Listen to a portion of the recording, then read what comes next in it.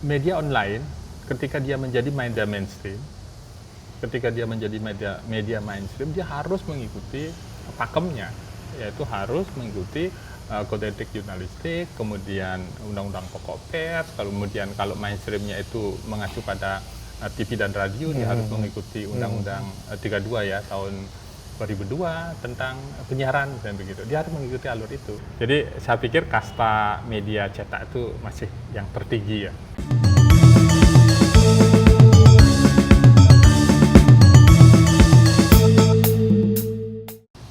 Selamat tahun Gema Bali, Om Swastiastu. Dalam podcast kali ini kita kedatangan pembicara.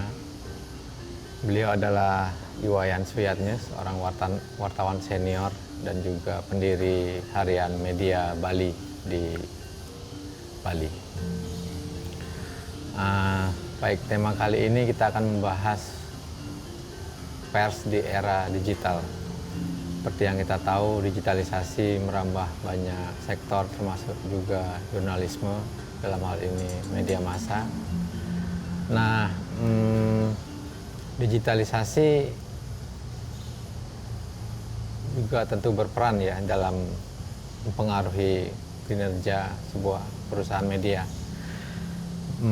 Baik Pak, bagaimana Bapak memandang pers di era digital ini Pak? Terima kasih Ya. Bang Angga, Om Swastiastu. Sebenarnya persoalannya bukan pada masalah digitalisasi itu. Jadi semua aspek sekarang, semua sektor aspek, sudah ya. mengarah ke digitalisasi. Jadi yang jadi persoalan pada pers ke depan itu bagaimana bisa mengikuti alur itu. Mau tidak mau dia harus mengikuti alur itu, begitu. Media itu kan dibagi menjadi dua ya, pada umumnya. Jadi media mainstream maupun media digital. Nah, kemudian di sini karena efek dari digitalisasi itu memunculkan media-media berplatform baru, begitu, sehingga ini banyak mengambil porsi, menjadi saingan lah katakanlah, menjadi porsi, menjadi saingan daripada media mainstream itu sendiri. Yang paling terasa saingan, yang paling terasa adalah di media cetak. Di media cetak yang paling terasa. Karena dengan digitalisasi itu orang sudah bisa membaca koran lewat digital ya. Betul. Lewat digital, Gawai, ya. lewat ponsel, kemudian lewat media-media yang lain. Jadi sangat-sangat ini. Tetapi saya masih optimis media mainstream itu masih mempunyai tempat ya. Ya, kenapa itu? Tempat. Ya karena yang pertama adalah yang melaksanakan kinerja jurnalistik itu kan media mainstream. Media mainstream. Barangkali kita bisa pilah dulu lebih jelas ya, biar lebih jelas. Lebih jelas antara ya. Jurnalistik, kemudian media, kemudian pers. Jurnalistik itu adalah cara atau mungkin metode begitu kan, untuk menghasilkan karya jurnalistik yang lalu hasilnya itu disampaikan kepada media. Nah, medianya di sini tadi media mainstream dan media sosial. Nah, lalu kalau di media mainstream sudah jelas, pakemnya sudah jelas menggunakan 5W1H misalnya, tapi di media sosial kan enggak begitu. Jadi yang masih dia percaya, yang masih menjadi rujukan ya pasti media mainstream. Nah, itu. Jadi pada situasi yang sekarang ini dan mungkin sampai kapanpun dia akan media mainstream itu akan tetap menjadi rujukan. Nah, kecuali nanti media sosial ini mengikuti alurnya media mainstream, mengikuti kode etik jurnalistik, mengikuti kode undang-undang pokok pers, seperti itu ya, maka nanti itu juga akan mulai dipercaya seperti itu. Saya kira itu. Ya, media online sendiri kita tahu mengandalkan kecepatan Pak ya. Ya.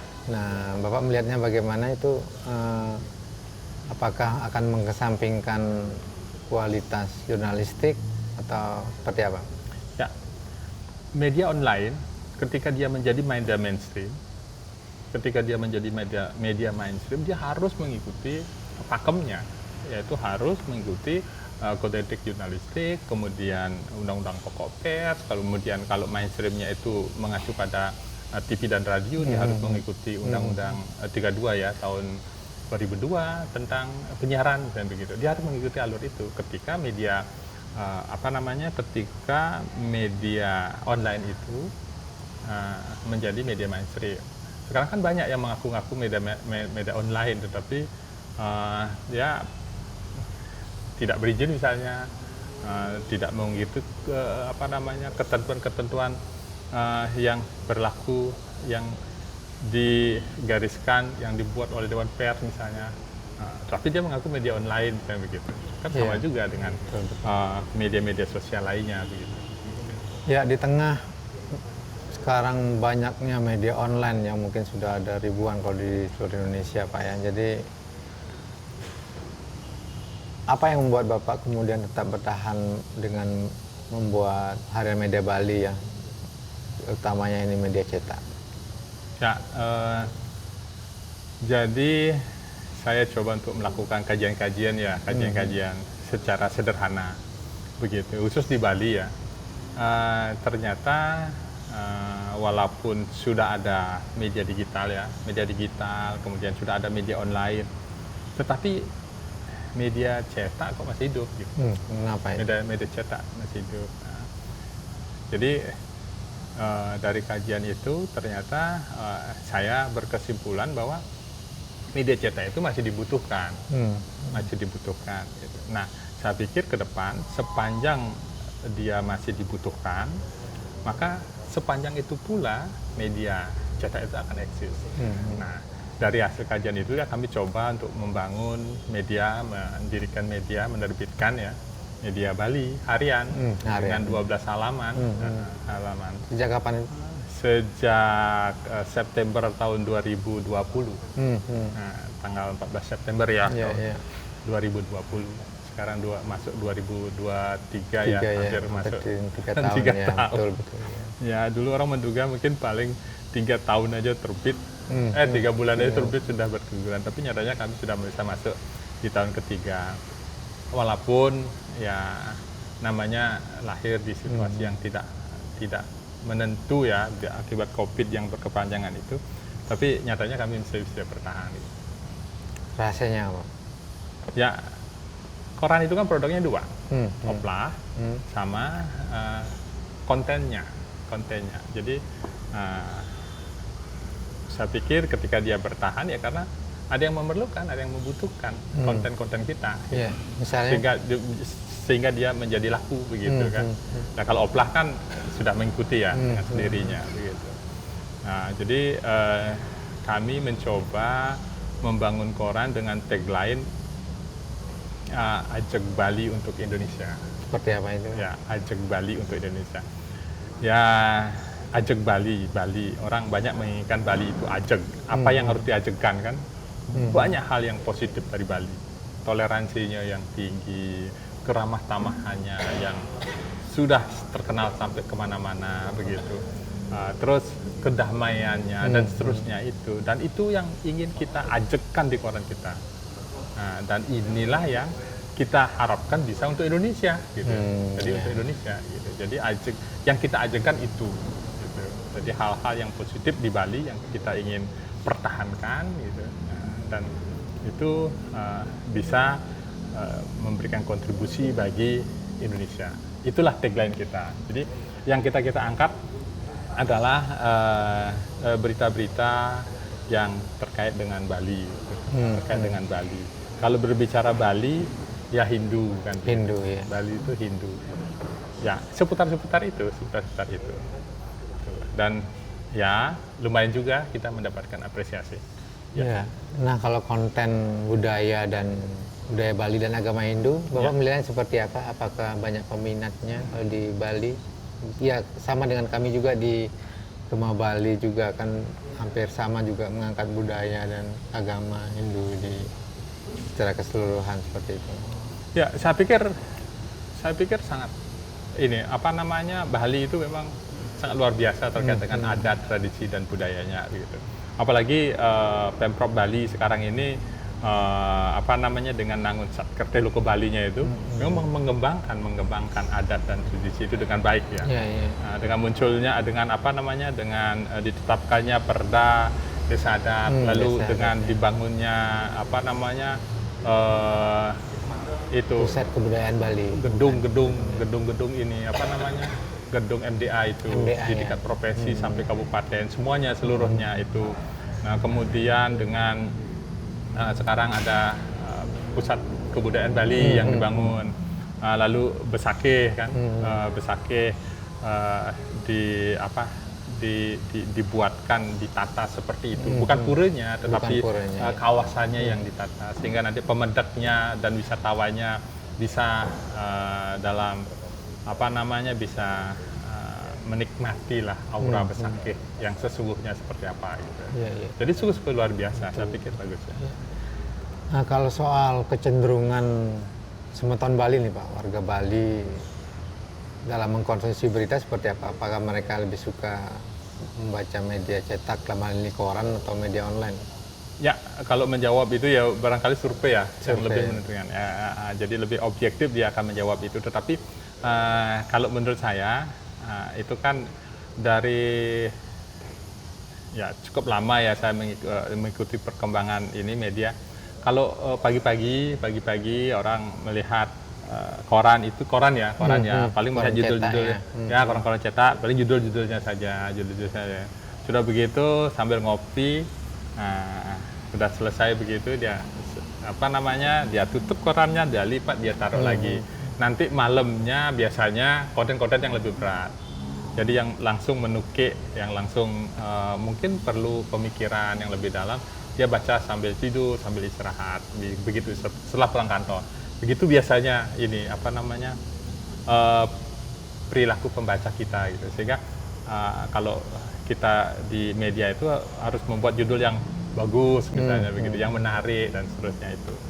Nah, lalu konten-kontennya pun demikian ya. Kita ketika masih ada berita yang ingin dibaca pada sore dan malam harinya, ada berita-berita yang lebih analisis sedikit gitu.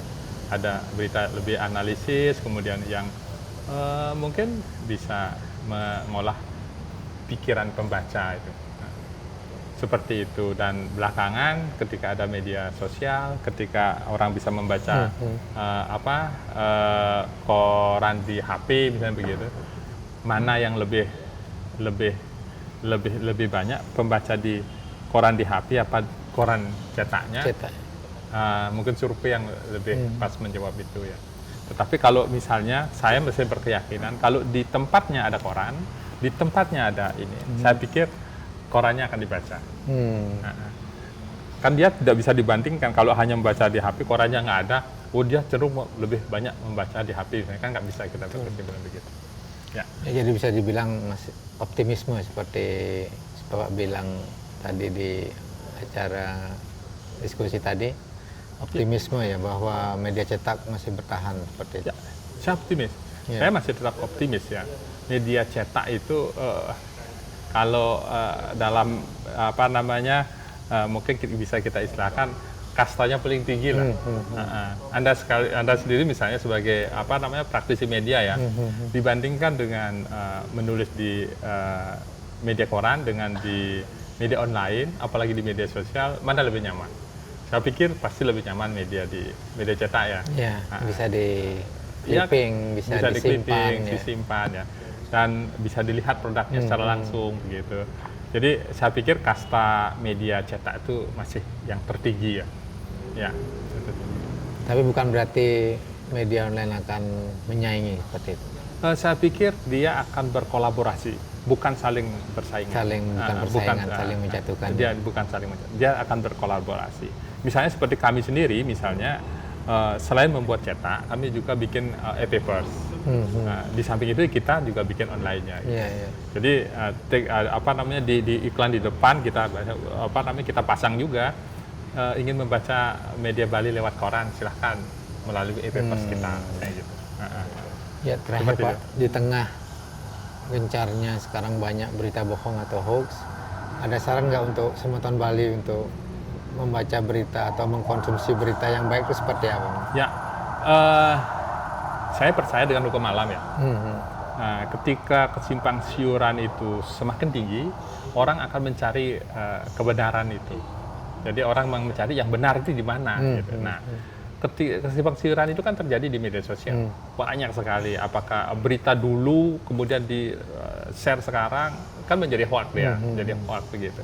Sehingga orang ingin tahu berita yang sebenarnya itu seperti apa, maka dia pasti akan lari ke media mainstream. Dia akan lari, oh kalau di media Bali memberitakannya udah dianggap benar lah, Bali Post memberitakannya benar lah, Nusa juga seperti itu. Apalagi ditayangkan di TV, di radio seperti itu. Dia akan ada yang mempertanggungjawabkan. Tapi kalau di media sosial kan Tidak ada. Ya, siapa yang mempertanggungjawabkan? Jadi hanya rumor-rumor saja begitu. Itu saya pikir hukum alam akan bekerja di sana. Ya baik, terima kasih Pak Wayan Terima kasih Suryatnya atas diskusi hari ini. Semutan Kembang Bali, demikian podcast kita pada hari ini. Sampai jumpa di lain kesempatan. Om Santi Santi Santi.